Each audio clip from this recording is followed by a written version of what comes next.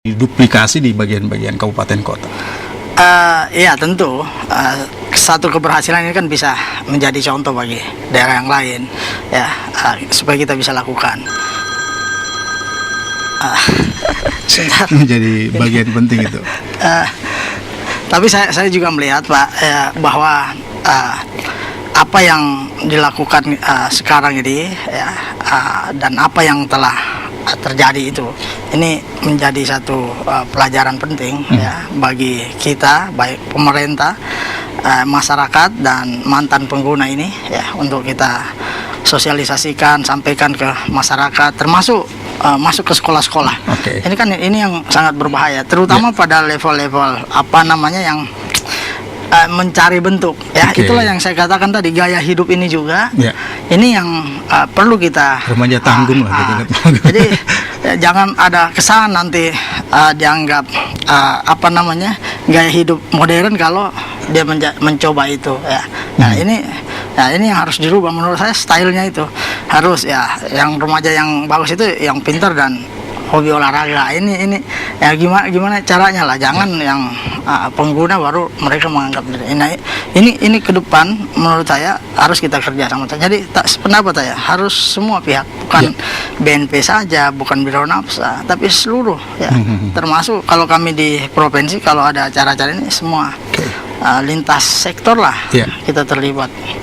Supportnya sudah ada loh Pak dari Pak Wagub, Pak Richard. Tapi kalau kita melihat misalnya, apa sih yang membedakan antara satu kabupaten kota dengan yang sudah berhasil, yang bisa membedakan bahwa ada concern begitu dinilai kerjasama dengan BNN? Ya, tentunya kembali kepada kebijakan pimpinan daerah setempat, ya. Yang disampaikan Pak Wagub tadi, ya, terkadang berbeda-beda. Nah, ini memang jadi satu permasalahan, karena penanganan narkoba ini tidak bisa sektoral, tidak bisa kita menanganinya dengan sektoral begitu, ya, tetapi harus komprehensif, harus bersama-sama, gitu kan, terintegrasi, ya. Jadi penanganan narkoba tidak bisa kita lakukan ini. Memang harapan kita jadinya, ya, semua pemerintah daerah tentu Pak Wagub, ya, termasuk kabupaten kota. Tetapi kenyataan sekarang memang masih harus kita akui ini. Harus kita akui, tiap daerah ada yang memang benar-benar konsen dan serius, ada juga yang memang adem-adem. Padahal kita ada yang menutupi data ya biasanya Pak Richard. Tidak ada di daerah. Tidak bisa. Kalau menutupi data tidak, karena memang BNN sendiri kita kerjasama dengan Puslit UI. Ini mereka tim turun ke bawah. Kami juga tidak mengetahui, tetapi tim peneliti yang melihat nanti itu yang akan disuguhkannya. Jadi mereka turun ke lapangan untuk mengecek bagaimana sebenarnya kondisi peredaran maupun penyalahgunaan narkoba di daerah kita ini. Dan seperti saya katakan tadi, tentunya harapan kita seperti para kepala daerah memberikan suatu perhatian khusus di sini. Dan memang ada satu permasalahan seperti saya katakan tadi, bahwa di Badoka itu dia waiting list.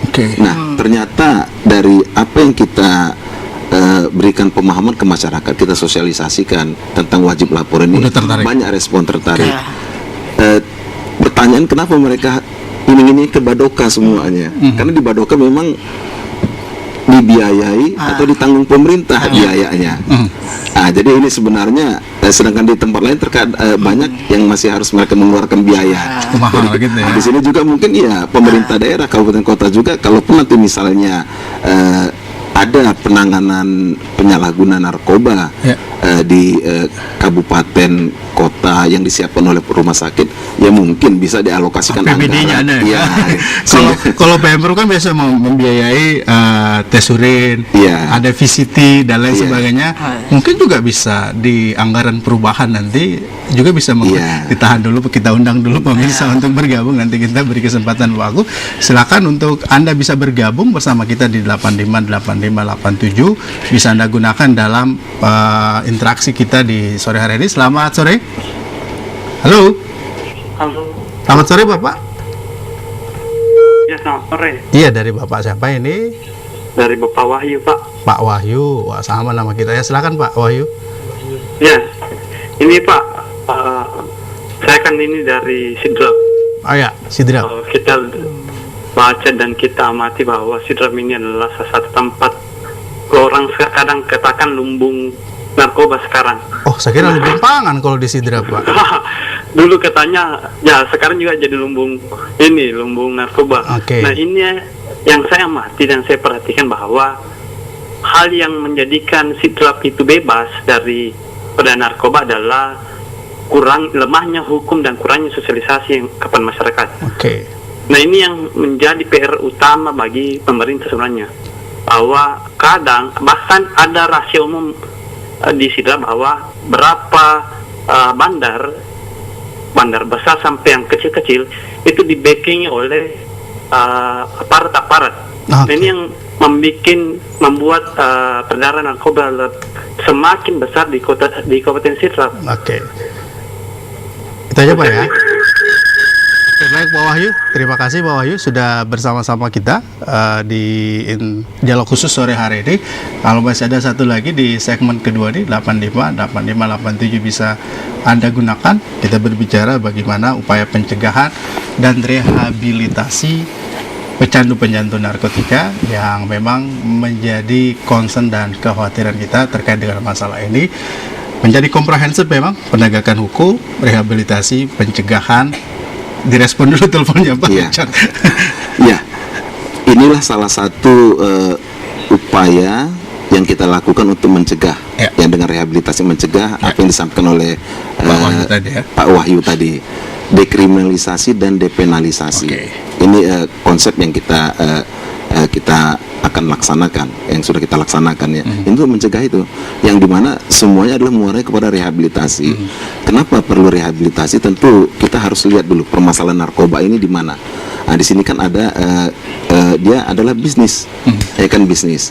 Kalau kita lihat bisnis berarti kan harus supply and demand and supply. Nah, penanganan secara bisnis juga harus kita lakukan, yaitu kita putus. Salah satunya adalah demand-nya. Untuk mengurangi demand-nya ini ya dengan rehabilitasi tadi. Saya katakan tadi kalau dia tidak direhab, hanya dipenjarakan saja, ya dia tetap penyalahguna yang ada di penjara. Nah, kita kurangi permintaannya dengan merehab, menyembuhkan pengguna-pengguna ini, pecandu ini, sehingga tidak akan ada lagi permintaan. Prevalensi menurun. Kemudian yang kedua juga kita dari sisi kesehatan, dan ini memang kita nggak bisa lepas daripada kebijakan global, karena tahun 2014 sampai 2017 ini kita sudah jadi full member UNODC. Ya, artinya di sini konsekuensinya kalau full member harus mengikuti kebijakan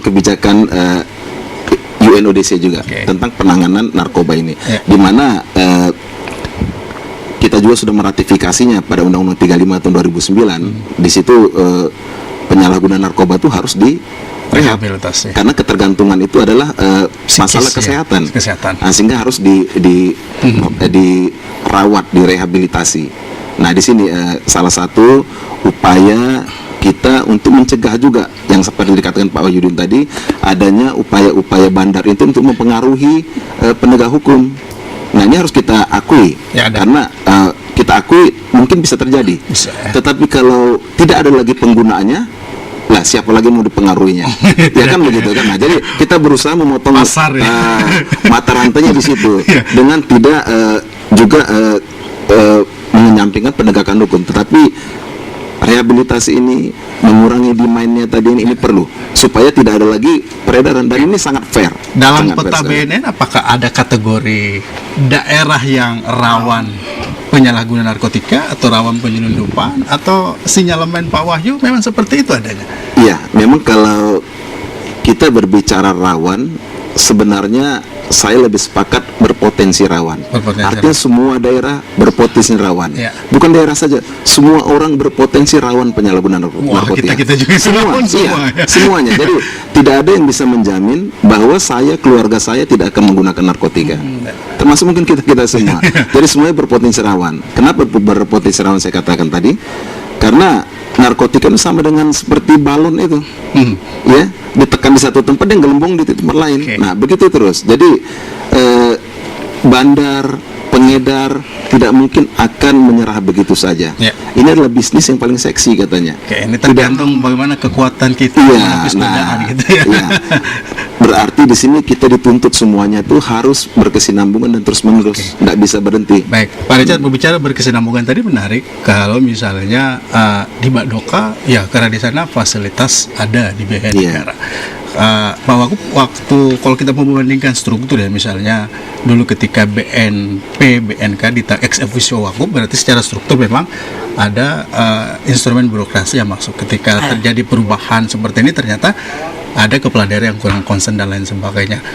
Apakah ada upaya, misalnya kalau kita case-nya di provinsi lah, upaya dari SKPD Kesehatan, Biro Bina Napsa, kemudian sosial yang juga bisa mensupport upaya-upaya rehabilitasi yang bisa meringankan pecandu yang kalau terlapor semua 30.000 kan butuh fasilitas lebih besar loh.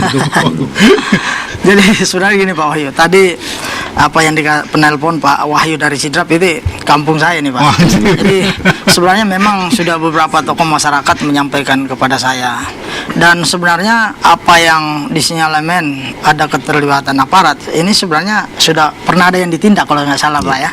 Itu malah dipecat karena ketahuan ada ini. Jadi sudah pernah ditindak tegas. Nah memang ini yang harus kita lebih proaktif. Itulah yang tadi saya katakan, harus gimana memotong mata rantai ini. Nah yang lain tentu memang ada sedikit sejak 2011 ya. Sejak Pak Richard menangani di provinsi, ini kan di kabupaten belum beralih kan Pak. Jadi dia masih tetap di wakil bupati. Nah, jadi masalah penanganan ini BNK itu masih di bupati, kan semestinya kan sudah ke kepolisian juga. Tapi saya lihat ini struktur ini belum jalan. Jadi sehingga mereka juga kadang melaporkan ke saya tinggal kontak Pak Richard. Jadi seperti itu. Jadi di atas ini sudah saya lepas, tapi di kabupaten masih harus peran wakil bupatinya yang menangani langsung ini yang harus terus lebih proaktif. Itulah tadi mungkin kita berharap bahwa perangkat yang ada di daerah, baik kepolisian maupun dari aparat pemerintahnya dalam hal ini di bawah langsung wakil bupati, ini bisa lebih proaktif untuk melakukan penganggaran. Dia akan bicara dengan DPR-nya supaya ini betul-betul ditingkatkan. Begitu juga dengan aparat penegak hukumnya. Kalau katakanlah ada dugaan di situ banyak ya, kalau memang ada yang ditangkap katakanlah ya harus kalau perlu hukumannya hukum mati aja supaya jangan lagi ada yang main-main seperti itu. Oke, terkait programnya nih loh Pak Wagub, kan kita ada agenda bersama kalau mungkin ya supaya tidak terlalu simpang siur begitu. Upaya apa yang bisa kita dorong karena Pak Wagub ini waktu jadi kendali ini kan sudah mensinergi semua kegiatan-kegiatan. Kalau misalnya kita ke depan ini supaya ada sebuah kesatuan langkah antar SKPD mensupport ini, apa yang bisa di Sebenarnya kuncinya juga itu adalah koordinasi saja Pak. Kalau kami sama Pak Richard ini kan sebenarnya di provinsi walaupun sudah sama Pak Richard, tapi beliau selalu ya katakanlah acara ini dia kontak saya, Pak Wagub bisa tidak hadir, padahal kapasitas saya sebenarnya sudah bukan lagi secara teknis menangani, tapi karena saya terpanggil karena ini untuk Sulawesi Selatan juga, saya ayo kita sama-sama kita ikut dialog ini terkait dengan rencana hari peringatan HANI ini ya.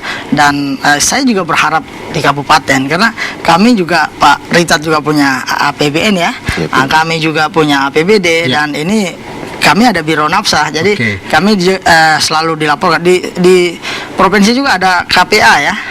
Jadi itu juga punya anggaran untuk khusus penanganan yang udah kena ini HIV AIDS, harus diobati ya, bukan lagi rehabilitasi. Itu juga ada. Jadi kita berharap di daerah juga seperti itu, dan kami selalu mengingatkan kalau ketemu teman-teman yang wakil bupati, saya sering tanya, sampai di mana kamu punya kegiatan? Kenapa adem-adem? Itu saya sering.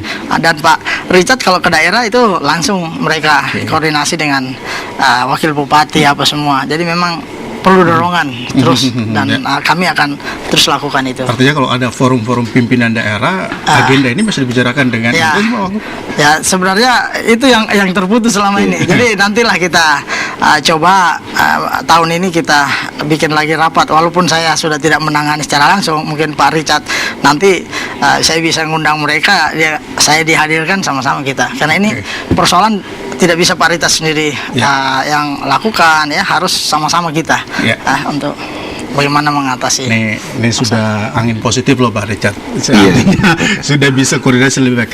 Kalau kita back lagi pada agenda Hari Anti Narkotika Internasional dengan upaya rehabilitasi dan pencegahan dan rehabilitasi seperti ini, nah untuk peringatan yang 2014 ini apa yang menjadi hal penting yang menjadi concern lagi kita?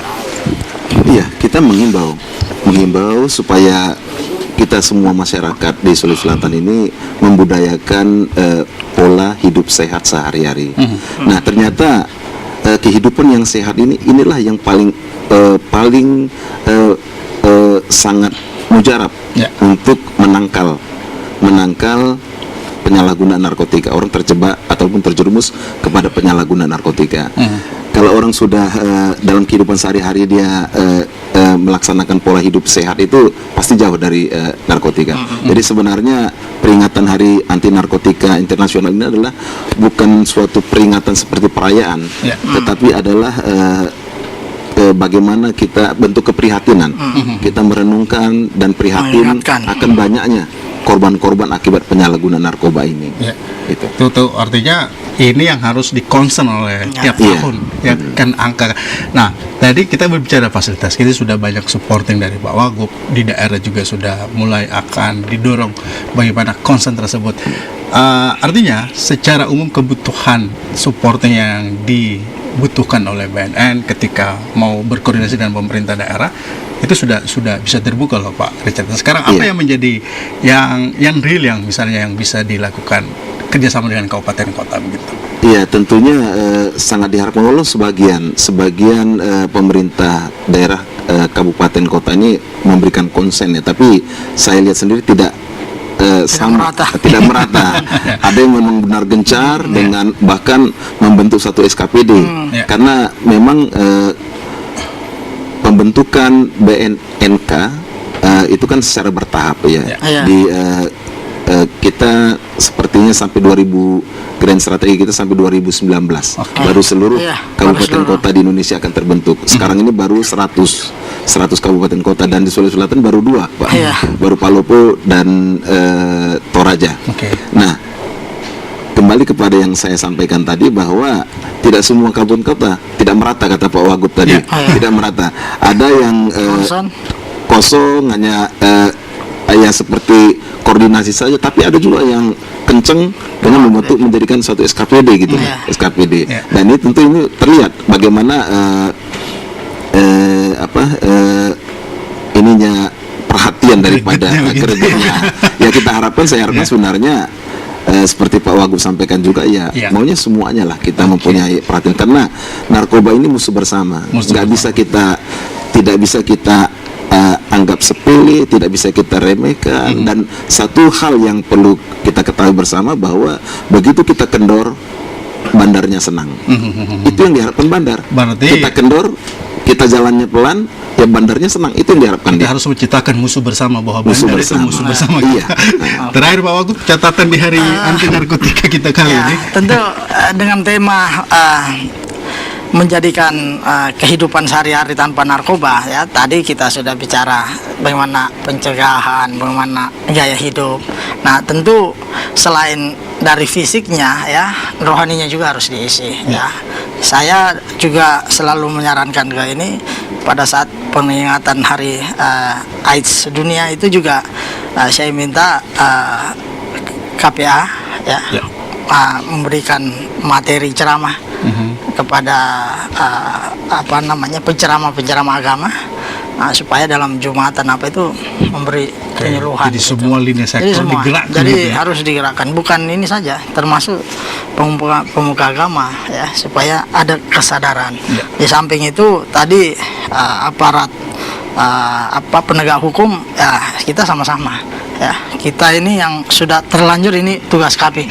Tetapi yang belum, mari sama-sama kita protek ya.